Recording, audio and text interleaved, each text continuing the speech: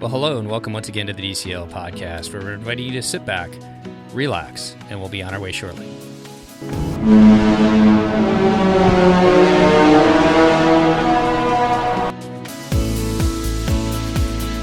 Well, welcome back to the DCL podcast, your podcast to help you cruise a little smarter. And it's just me tonight. Christy just got back from London doing a mileage trip to make sure she stays gold, I think. So it's just me, but I'd like to welcome back to the show all the way up in the great state of Ohio. How you doing tonight, Steven?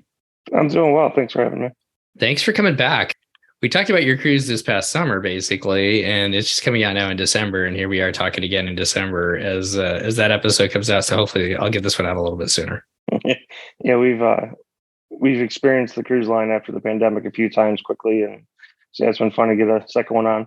So, well, thank you so much for coming back. This is going to be a fun episode because we are going to talk about you and your wife's leaving the kids behind and heading out and spending some time on the high seas with Disney Cruise Line. My wife, Anawake, and I have had the opportunity to do that, and we appreciate those moments. We love our kids, but when you can get a little bit of a chance to get away and spend some time with your significant other, it's awesome, isn't it? It is so awesome. For us, it's almost borderline necessary. Our work schedules are quite hectic. Takes me out of town quite a bit. She works like crazy in the holiday season, and we're very, very fortunate to have some grandparents very close. The kids actually get to go on a second vacation, essentially, to their house. They live a mile and a half up the road. They have their own bedrooms there. They're there all the time, so they enjoy it when we leave because they get to go to grandma's house and not have a ton of rules. So we don't feel too guilty. But yeah, it's great to get away with just her and I. Yeah, I know you're busy during the fall, so a good way to kind of cap off as you head into kind of the winter season and everything like that for you. So we're going to talk about your latest cruise, which is on the Disney Dream. You want to let everybody know which cruise you guys went on? Yeah, we did a Halloween in the High Seas, 5-night Western Caribbean out of Miami. Stopped at Castaway, Day at Sea, Cozumel, Day at Sea, and then back. 5 nights is actually the longest we've been on. We've only been able to do 3s and 4s, but this one, guarantee rate popped up kind of mid-August, I think it was. So we kind of looked at it for a little while, and then about mid-September, we pulled the trigger and booked and got a great rate on a guaranteed veranda room. And actually, we were fortunate enough to switch the room once we got to the port and get the room we really wanted for not a whole lot more money. And it took off and had a great time. Well, I want to touch on that, but before we get to switching rooms at the ports and stuff like that, do you usually do the onboard booking? We do, and we had one for that was kind of saved and not used from a trip in May. But when we booked the guarantee rate, we couldn't use that. So we usually just do the placeholder and kind of wait to see what we want, not knowing what our schedules are always going to be. So we do the placeholder and kind of save it for when we can figure out when we can go. When you get those long-term, when you can do those long-term plans, it works for that. But we kind of preach on this podcast, like, hey, get those placeholders. That's the easiest way to save money. You get a 10% off on most cruises. There are some blackout dates and everything like that. But like lately, I feel like a lot of the cruises that we've done, we've planned a cruise and then we switched to go to something else. And we've used guarantee rates. And this last cruise that we're going to go on here soon, we used a military rate. So we've been all over the board as well. So I was just kind of curious what you did. Yeah, we did. And it was the next cruise we actually have booked. We booked, I guess, buy two, get two free on their family promotion. So we actually haven't used a placeholder rate in quite a while, but we have one sitting there waiting to use it. Hopefully Alaska next summer. We'll see if that works out. There you go. Yeah, that Disney Plus promotion is a pretty good deal, isn't it? Yes. Especially, and I think we were talking about ahead of time, you guys could do it a Pixar Day at Sea, and what a great one to be able to use that one on. Yep. So let's talk about the Disney Dream before we get into what you guys did. I know in the last show you mentioned that the Disney Dream was your first ship and also it's your favorite ship. I get because our ship was the Wonder and we love always going back on the Wonder. I mean, it's just there's something that feels like home for us. What is it about the Disney Dream that makes it so special for you and your wife? I think it's the comfort level, and I think usually I say everybody, most people say it's their first ship is their favorite, and for us, that's what it was. For me, my first cruise ever was on DCL on the Dream back in 2019, and fell in love with it instantly. Just like the layout of the ship, like the restaurant rotation, we like the bars, which we get to experience a lot more. With just her and I. Staterooms feel brand new, even though they're darn near 11, 12 years old by now. We like the whole feel of the ship. Crew members are always fantastic. We're having some really, really good ones on this trip. So yeah, other than to say it just feels like home, it feels comfortable is probably the best way I can put it. Halloween on the High Seas. Had you been on a Halloween on the High Seas sailing? Our first one back after the pandemic, October of last year, we were on a 3-night but it was so modified. They had the tree up, but that was about it. There weren't a ton of activities because they'd only been sailing for a month or two, maybe last October. So this was really the first full opportunity we've had to kind of experience Halloween on the high seas. So was there anything that you guys planned ahead of time? Did you look at like Palo brunch, Palo dinner, or possibly go to Remy's, being, just you and your wife? We have very picky eater between the two of us. We always joke my wife's got the appetite and palate of a 8-year-old. So Palo brunch is the one that works. There's enough on that menu that she can find. Remy, there's just not enough for us to go there. We've debated the dinner, but we like the dining rotations enough that we've always kind of stayed away from that so far. Probably the next thing we try. We set up a Palo brunch, but we actually ended up canceling this trip. We set it up for the end of the week, but other than that, we'd booked a cabana ahead of time. We're lucky enough a Serenity Bay cabana opened up about a week and a half before we got on. So we booked that, took advantage of that, and the rest of it was kind of just wait and see what came to us. We were in Cozumel, didn't plan much there, and we wanted this trip to really kind of be relaxing, do everything we wanted to do, plenty of bingo because we enjoy that. But other than that, just kind of experience the bars a little bit, the District Lounge. We love listening to live music. But other than that, we didn't plan a ton. The one thing we did plan with Palo brunch, we ended up canceling once we got on board. Sounds like the perfect trip, having, that 5 days to just kind of do whatever you want to do and just kind of relax and spend time together. Yep, that's exactly what it was. All right. It was get on, wait and see, and kind of figure out what sounded good. Perfect. I love that. So the Disney Dream sailing out of Miami right now. Did you guys decide to fly into Miami or Fort Lauderdale? We found it much cheaper to fly in Fort Lauderdale. Flew in late 2 nights before, kind of stayed by the airport. Didn't get in until around midnight. Then woke up the next morning, kind of lounged around and just made our way slowly down to Miami. Did a little bit of shopping around Fort Lauderdale, nothing major. And then checked in our hotel in Miami. Then went out and kind of walked around the port area, which was right by the hotel, and found a good bite to eat and kind of watched the ships actually sail away from the port that were leaving that night. And then went back, kind of hung out at the hotel and got a good night's sleep, get up and get on the next morning. So I haven't been to Fort Lauderdale a lot. I've only flown in there a couple of times, but Fort Lauderdale to me kind of reminds me of like the Orange County on the West Coast, sort of kind of that feel, kind of a smaller airport, a lot of hotels and businesses around, easy to find places to stay. Was it pretty seamless getting off the plane into the hotel quickly that night? Yeah, there was nothing. I was like renting a car. I just like the freedom of having the car with us. So we grabbed a car and got the luggage and we're at the hotel in 10 or 15 minutes, and it had no issues with that whatsoever. I think I was going to ask you this at the end, but I think Fort Lauderdale is going to be a great place for the Disney Dream to sail out of, because I think that if you want to fly to Miami, if you can find a better maybe ticket price into Miami, it's still easy to get up to Fort Lauderdale. But if you can get into Fort Lauderdale for a good deal, I think it's just going to be a lot easier than sailing out of Miami personally. Even the sailing in October and then our next one coming up in January, both out of Miami, most people are flying into Fort Lauderdale, it seems. The airport, again, it seems like it's getting a little bit bigger.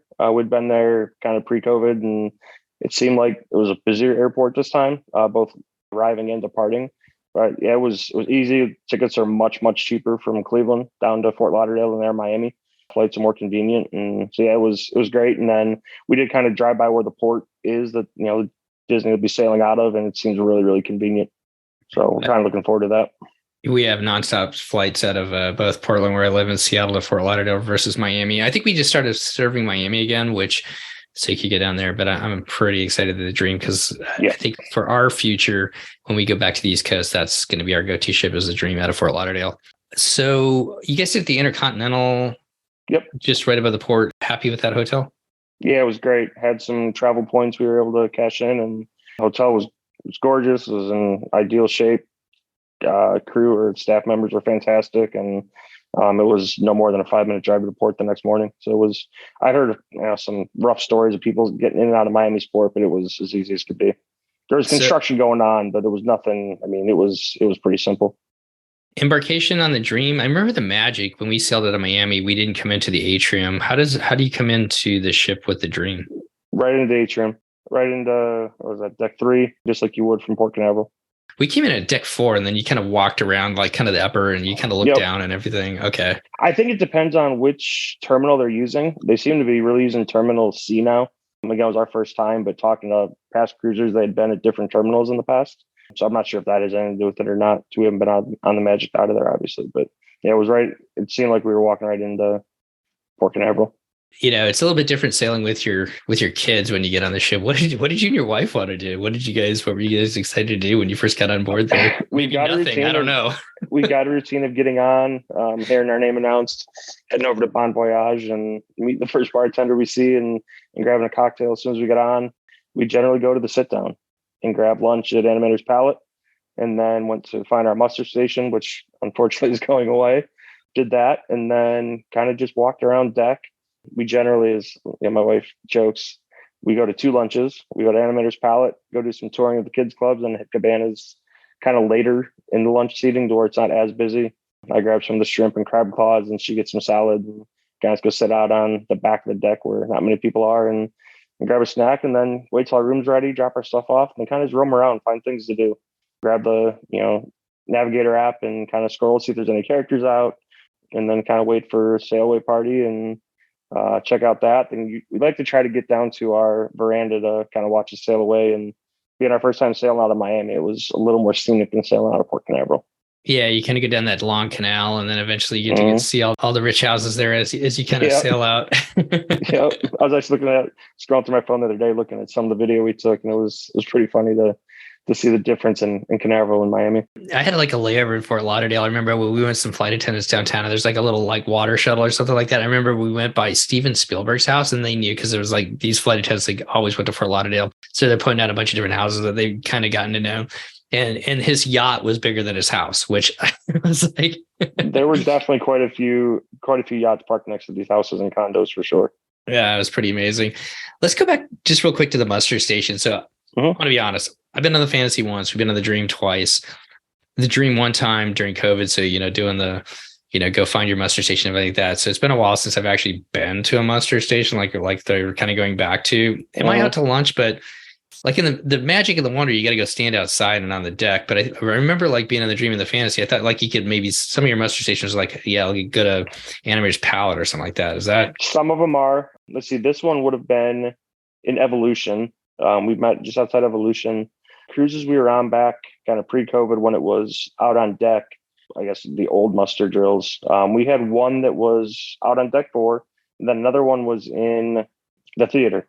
So yeah, we had, I guess, one of each, one outdoor, one indoor. So kind of hearing the reports how they're going back to it, it sounds like it's the same. You've got some, but with 4,000 people, I guess capacity wise, they've got to have some inside for sure. Yeah, I guess that's the one good thing about sailing on the Dream class ships is your muster station might be inside. You're not standing out there in the hot sun. that is the hope of what we have coming on our next one is we're inside or it's not too hot outside. Exactly.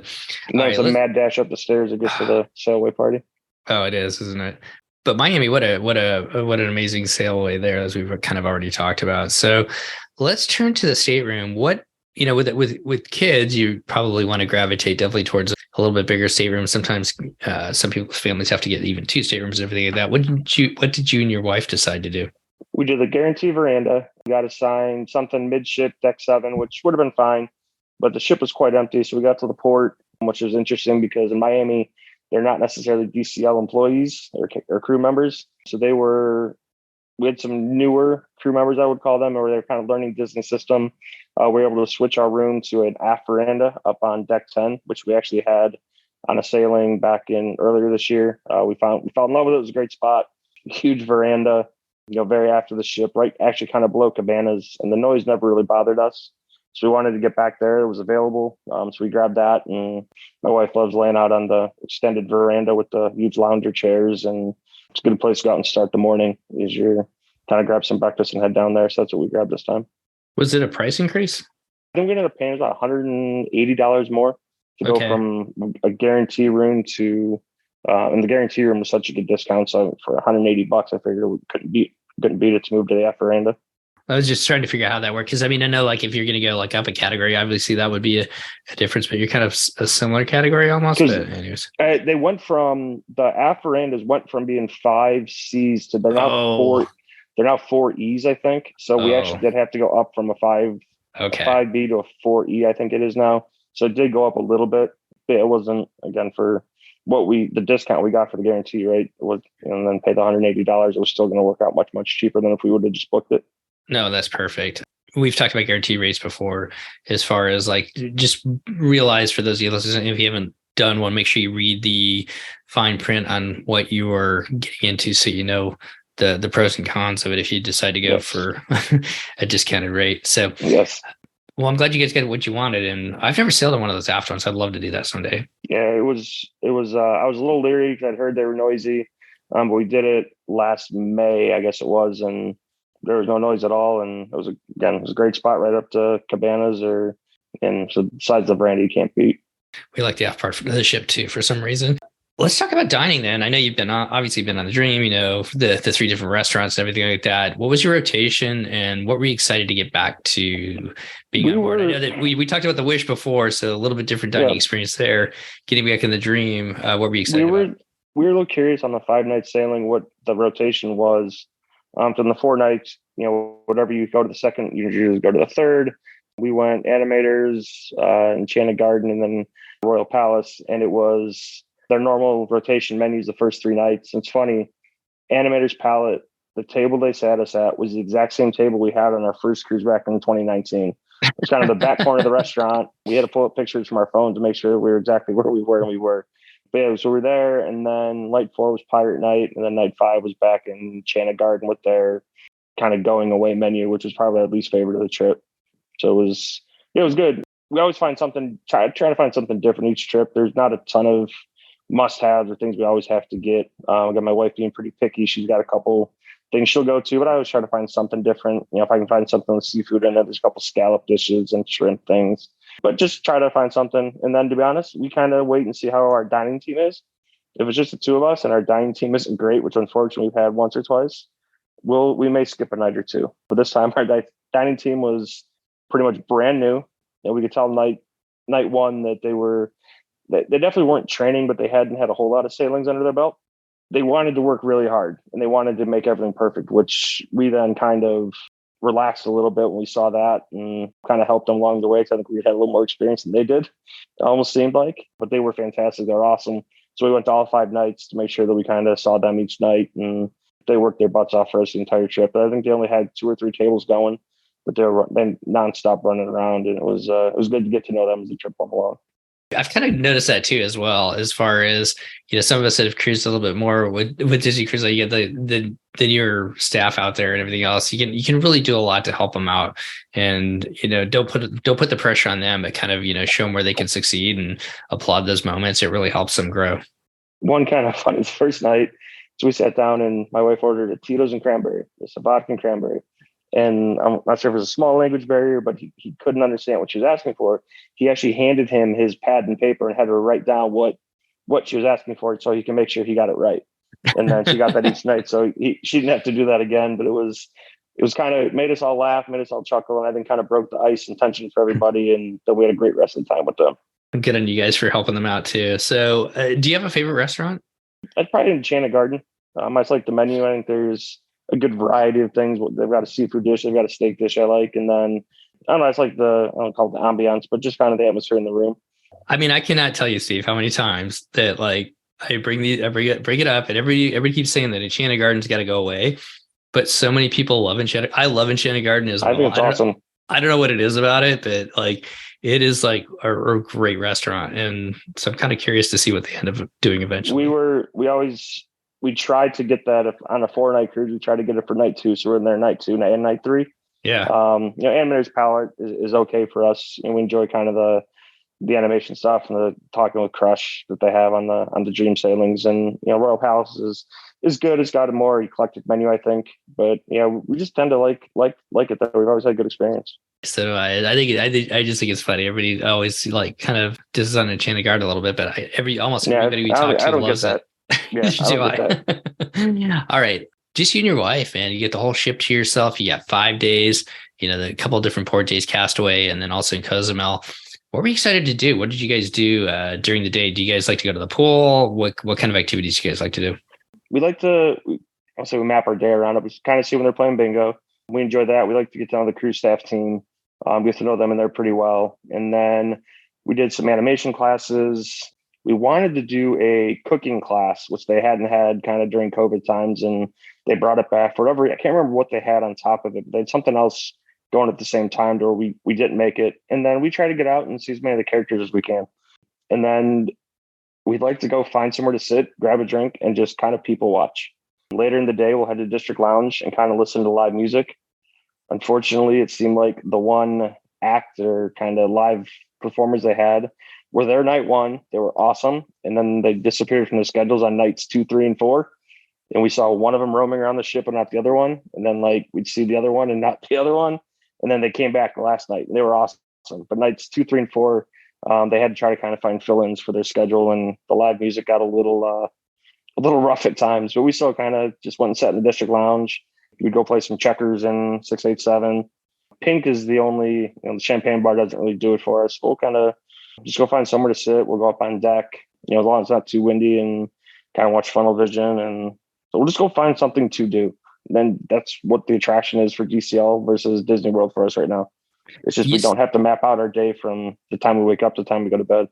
I just got editing your last show, and you said it really well. I thought it was like one of the things you said was like, you just, the good thing about DCL is you can just kind of wander around and find something to do, and you never know what you're going to run into sometimes, and you never know what you're going to gravitate towards. But I love that idea of just like that freedom to be able to just do whatever you want to do and kind of explore a little bit.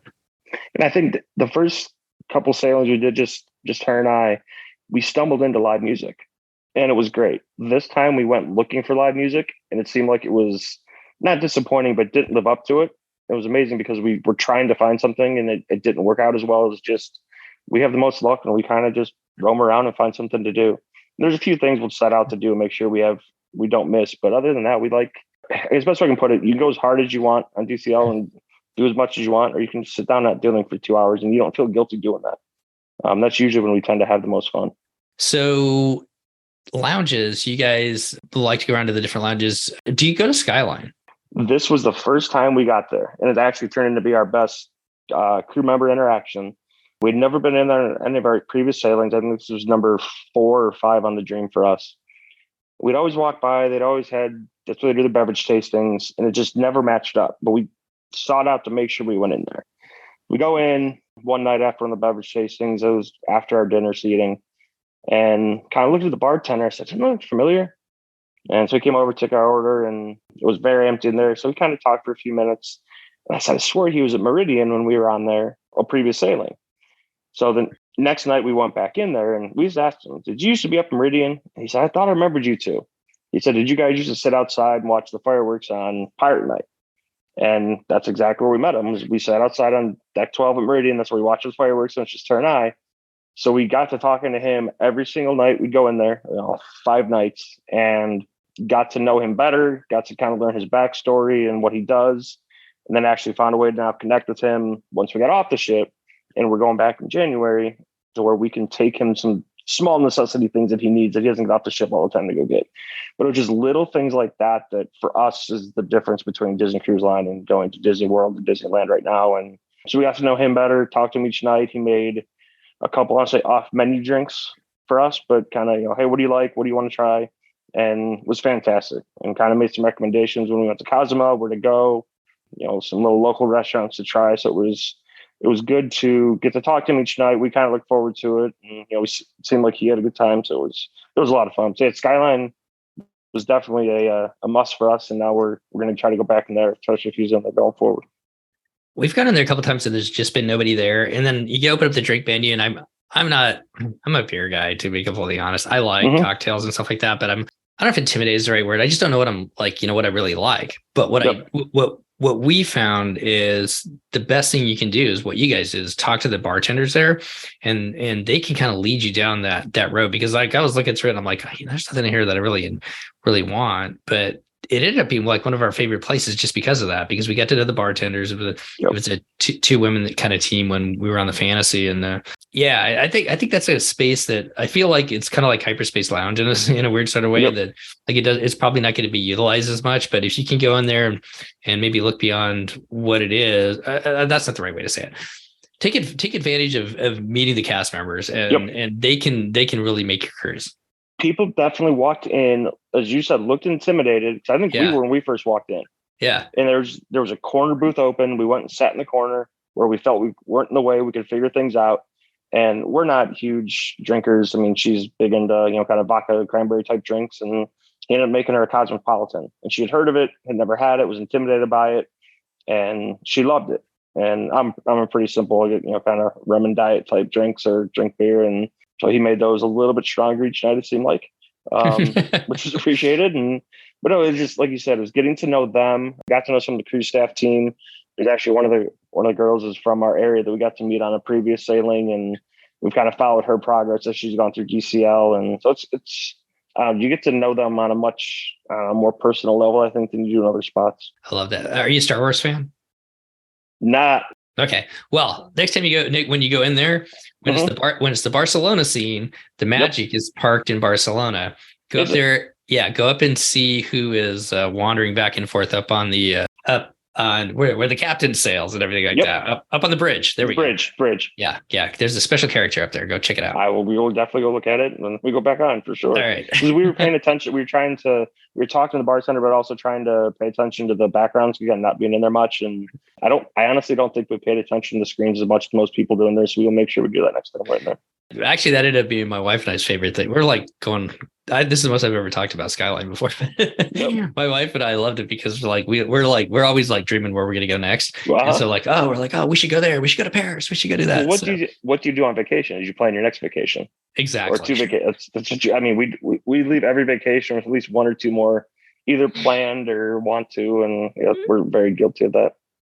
We're totally with you there. So, okay. Anything else about the ship that you want to talk about that you love about the Dream Sea? You want to tell people that maybe some places that or things about it that that somebody that's going to sail on it the first time they should go check out?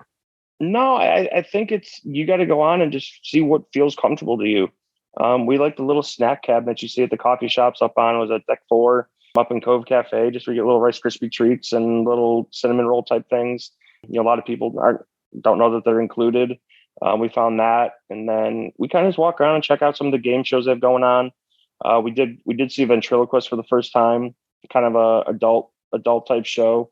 And he was fantastic. My daughter's huge into ventriloquism, so kind of took his name and information down, and the next morning woke up and shot her a message or an email and said, "Hey, check this guy out on YouTube." And so by the time we got home, she'd watched all the shows. And so it's just kind of figure out what you want to do and what you like and what you don't like. And again, with most of the things being included, if you go to do something you don't like, you don't have to do it again, or you can get up and leave halfway through it. And it's, as long as you aren't interrupting the show or kind of the atmosphere, it doesn't hurt anything to try it and realize you don't like it. There's plenty of things we've done that we don't like. So let's talk about bingo real quick, because I never got to bingo until I kind of got talked into going to it a couple of sailings ago, and we had a blast. So for people that have never been to bingo before, there's a couple different ways to play it, right? You get these electronic cards, but you can also get the actual cards, right?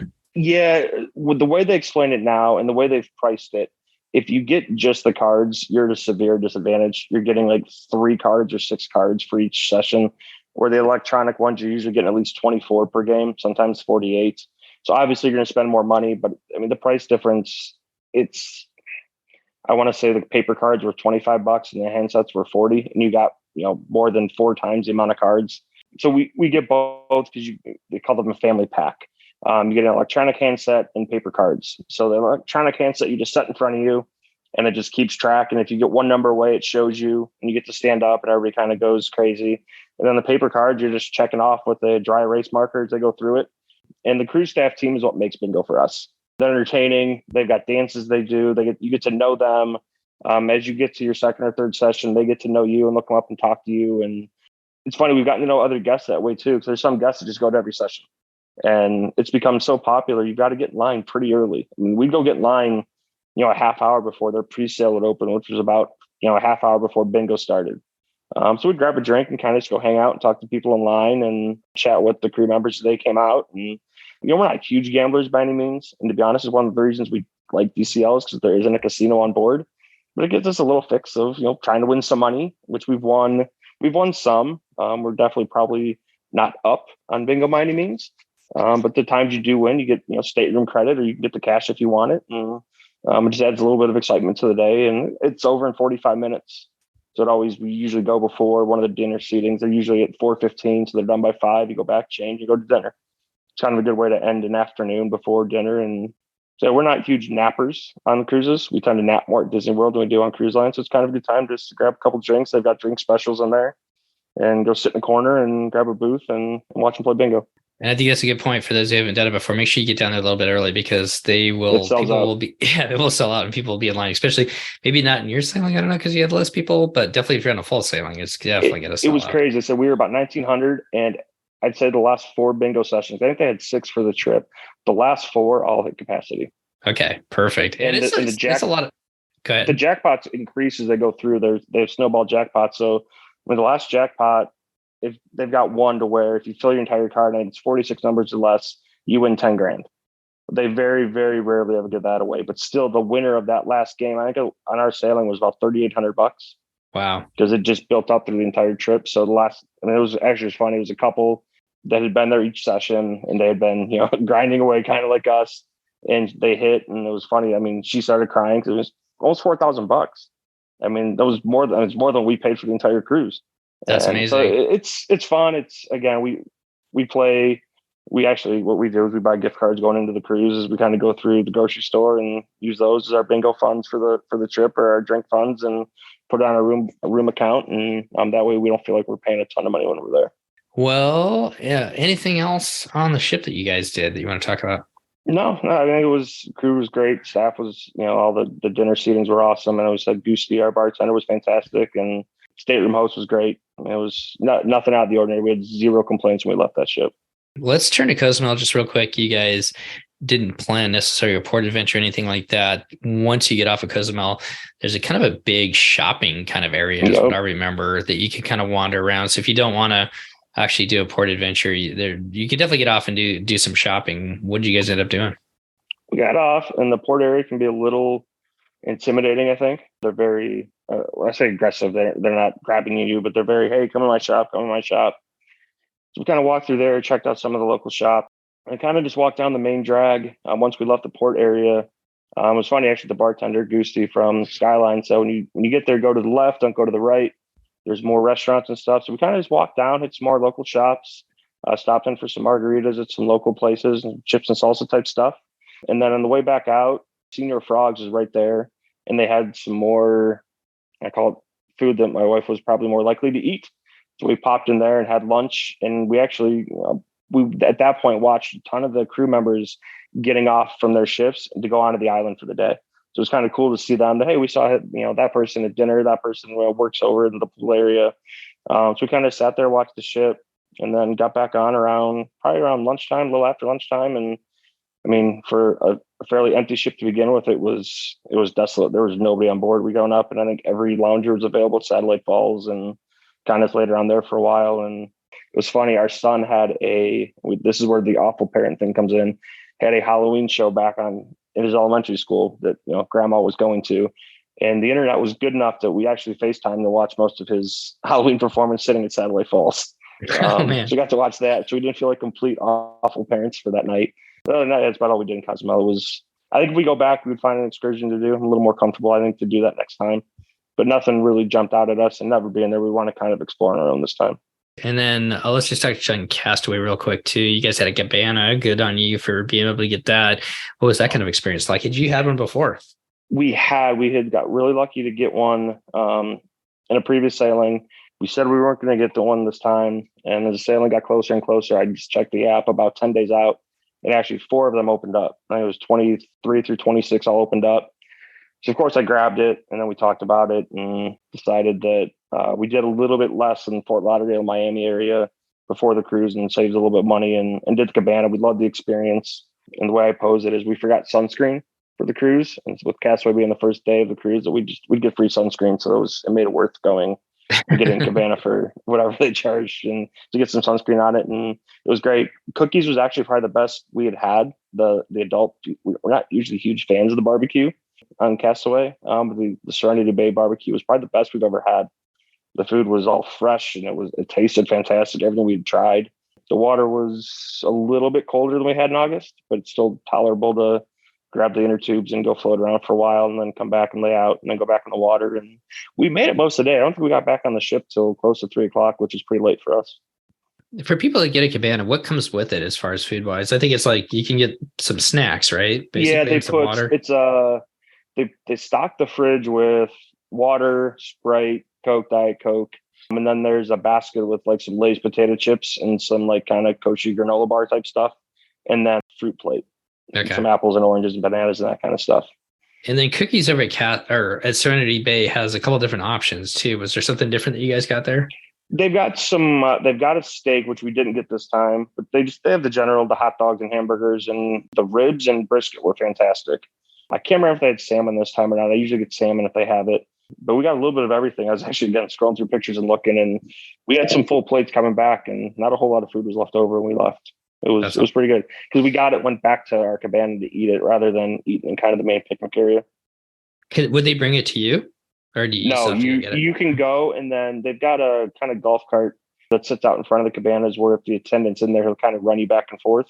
But I think either he was busy or he was somewhere, so we just carried our trays back, and it's no more than a couple 100 yards, so it's not very far. Well, good day at Castaway Cay. I love it. So weather was perfect. It was. I mean, not too hot. It was good. It was probably one of the better days we had on the island. Well, let's touch on a couple more things before we finish up here. Halloween on the High Seas. Did you guys take in any of the events there? We went down and listened to the Pumpkin Tree. Yep. The story. So on the 3 night, it's the very first night. You got to get down there and watch it. But it was really entertaining. They had because like you said, last year they didn't have as much going on. This year they brought kind of everything back, and it was a good kind of. I mean, maybe it might be a little bit scary for really younger kids, or if your kids are a little bit nervous or something like that. But it was a really cool telling of Ichabod Crane and the Headless Horseman. So did you guys take any of that? It was better than I thought. We wanted to go. We kind of got down to the atrium pretty early, we thought, and it was still, I mean, just for as empty the ship as it was, everybody was there. So we kind of gravitated up towards actually deck 5 and kind of looked over one of the railings. It was one of those things where it was night 1. I really didn't want to put myself in just the middle of a million people. Wanted to make sure we got through the rest of the cruise, to be honest. So we went up to deck 5 and kind of found a spot where there weren't much people by the railing and watched it. We were far more entertained than we thought. It was a good story. He was entertained. The guy was awesome. Interacted with, watched not having kids with us. So we kind of watched the kids down in the front rows, kind of see how they took it in. And there weren't many kids that were, kind of too afraid. So it seemed like they had a really good mix of, trying to tell the true story, but also not make it too scary. And then I guess I won't say negative in it. I think we had the entire cruise, the Halloween on the High Seas night where they do everything up on deck 11 with the show, and then trick or treating. Not having any kids with us, we waited till the very end of two different sessions of trick or treating. And if you're it's kind of like how to do the shows. If you're early seating for dining, you have late trick or treating. If you have late dining, you have early trick or treating. We were early dining, so we had late trick or treating. And I think it was from, let's say, 7 to 8. We waited till about 7:45. We wanted to go get one bag of candy to bring home to the kids. And we like the trick or treat bag they hand out. Every single cast member that had a box of candy in front of them almost borderline gave us attitude as we went through a trick or treating line. And really? We were one of maybe 15 people in line. We weren't in line in front of kids. We were very aware that we were adults, but we've done the, Mickey's Halloween party at Magic Kingdom, and they don't care if you're, 12 or 82. Here it was, we actually had cast members had gobs of candy in their hand. When they saw it was 2 adults, and we only had one bag, my wife was carrying a bag, they actually put candy back in their box and would give her 3 pieces instead of 10. Wow. And by the time we got to the third person, we kind of started chuckling, and we kind of just made our way the rest of the way through and didn't get very much candy, which was fine. It was kind of more just the experience of it. But that was the only, again, not awesome interaction we had the entire time. But we loved the show they have, where they sing the monster song and watch all the characters in their costumes. So we went out and watched all that, and then got all the pictures with all the characters down in the atrium. We didn't dress up. We kind of thought about it, but never came up with costumes that I was okay with wearing. She had plenty of suggestions, and I think I nixed all of them. So it was just our normal attire, but we got all the pictures of the characters, and we had a blast. It was a fun experience, even with the minor trick or treating piece of it. And that cruise staff was on the end of a very long shift, I imagine. So it may have just been one of those nights to where they were tired and beat up, and we didn't think twice about it. But it was just kind of a one-off for us. I mean, usually everybody's so great, and that was just the one time was just a little odd. But other than that, we had a blast with it. Did they do a villains takeover? Did you notice that by any chance? They advertised it, but no. Okay. No, I didn't notice. I didn't notice that at all. I didn't see it advertised on our sailing either, to be honest with you. They advertised it like on the website, but I think that would have been cool if they actually had like some actual villains in like one of the lounges or something like that where you could kind of interact with them. I think that'd be super fun. Yeah, we definitely would have taken care of it because it's funny. My wife actually has kind of an affinity for Ursula. She's actually got. I mean, it's funny. She's all 5'1" nothing, and my kids, say we go through the Little Mermaid ride in Disney World. They say Ursula. That's always, hey, that's mommy, joking around with her. So now Ursula's kind of turned into her villain. So if she would have been anywhere near that ship, we definitely would have found her somewhere just to take a picture. So, but we didn't see any type of villains on there. That's too bad.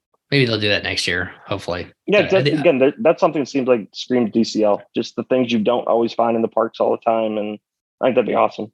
Right. How about Pirate Night? You guys do Pirate Night? We're not big fans of Pirate Night. I liked it on the Wish. I know you were kind of like indifferent with the music and whatnot. But if nothing else, we like to go up and see the fireworks. Did you guys go up and do that? We actually, our serving team was so good. We went to dinner. We're not a huge fan of the menu, but we went and found something just to kind of be with them. And then we love the shows. We prefer the corny Mickey and Minnie show, teaching you how to be a pirate. And then our spot where if we don't have the kids is going to Meridian and watching the fireworks from there. We kind of miss out on the music piece of it, but it's a great spot. They shoot them off from that side where you can kind of sit up in Meridian and watch them with not a lot of people. Very, very few people know about that. So we'll grab a drink, kind of sit at the one table, and got a great view of the fireworks. If you've never been back to Meridian, for people that don't know, it's on both sides, right, of the ship. They have like an outdoor space. One side is smoking, one is non. Okay. If you go to the non-smoking side is where they shoot the fireworks off from.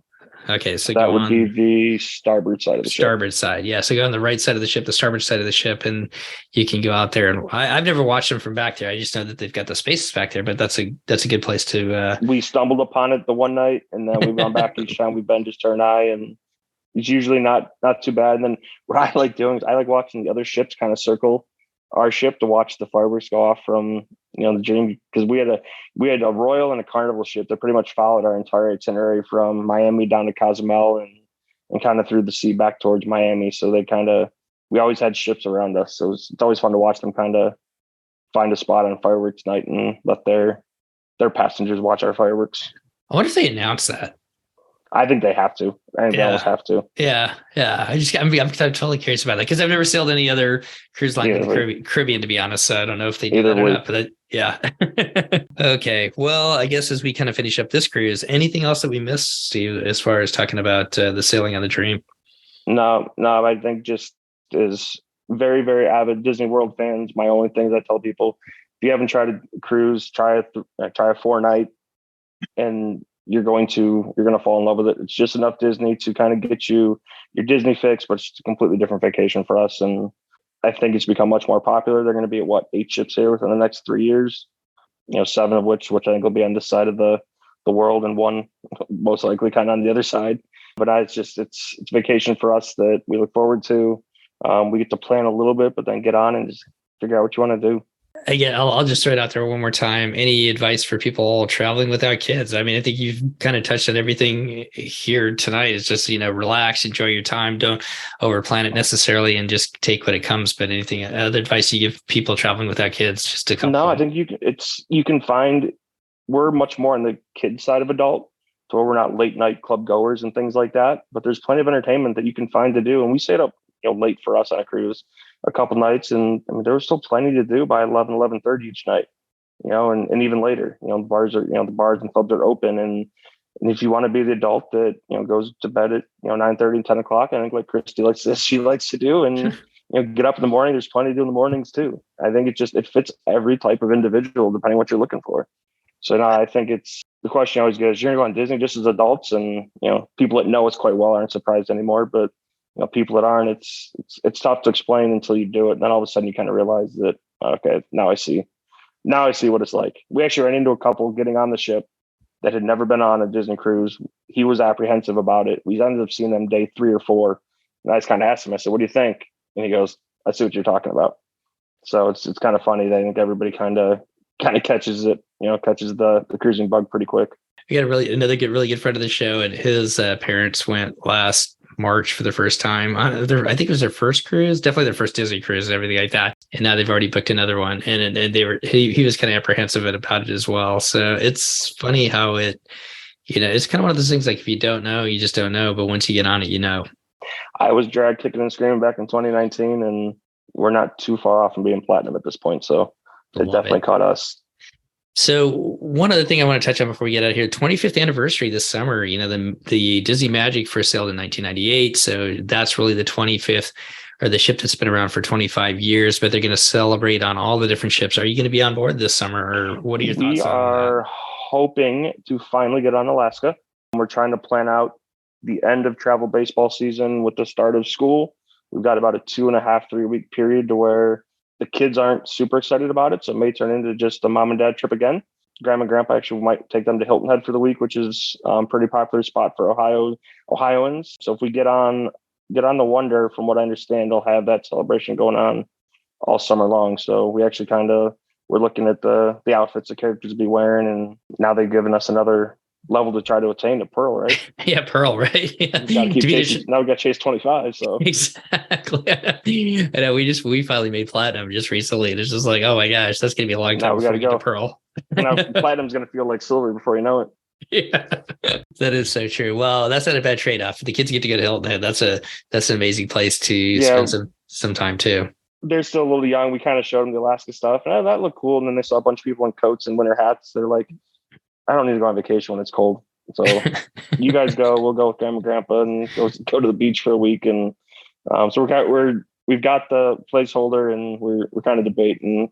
Like we've had to cancel that 3 different times between COVID and everything else. So we're hoping to finally get there. And I want to get on the Wonder too. We haven't been on it, and you said it's your favorite ship, I think. And I don't know, the ship looks awesome, and we definitely want to get on it. And now that it's out on your side of the United States, I think Alaska is a little more appealing for us than kind of some of the San Diego cruises. It'd be tough for us to fly across the country just to do a 3 or 4 night cruise down there. So I think Alaska will give us a pretty good incentive to head out that way. Yeah, I totally understand that. She is the great white whale of the Disney Cruise Line fleet because she's tough to get on. I would completely agree. I don't think we're going to make it to Australia anytime soon. So it looks like Alaska will probably be our chance to get on. You and I both. So, all right. Well, thank you so much, Steve, for coming on and sharing your wife's sailing of the Disney Dream. And I would be remiss if I did not say happy birthday as well, because I know this is a big birthday milestone sailing for you as well. Yes, it was. It was my 40th. It was our 15th wedding anniversary a month before that. So it was kind of our celebration cruise. And it was Disney did a little something. We were at dinner the one night. So it was kind of fun. She thought they were singing happy birthday to me, but they're actually singing happy anniversary to us. And once she saw it kind of written out on the cake, so it was, they always just little special things like that. And it was nice. They always had that little touch. I love it. So, well, once again, happy birthday to you. Happy anniversary to the both of you. What an amazing sailing, and all the best as we go through the holiday season here, and look forward to hearing what's next for you and your family when you guys get back. You got the sailing coming up here soon, and then hopefully Alaska works as well. Awesome. Well, thanks a lot for everything you guys do. Talk to you again soon. All right. Cheers, Steve. We will talk to you soon. Bye. Thanks. The DCL podcast is not affiliated with the Disney Cruise Line, Walt Disney Company, Adventures by Disney, or Run Disney. All of the opinions expressed on our shows are those of the hosts and the guests who appear on the show. If you have any questions about any of these products, please contact the Walt Disney Company.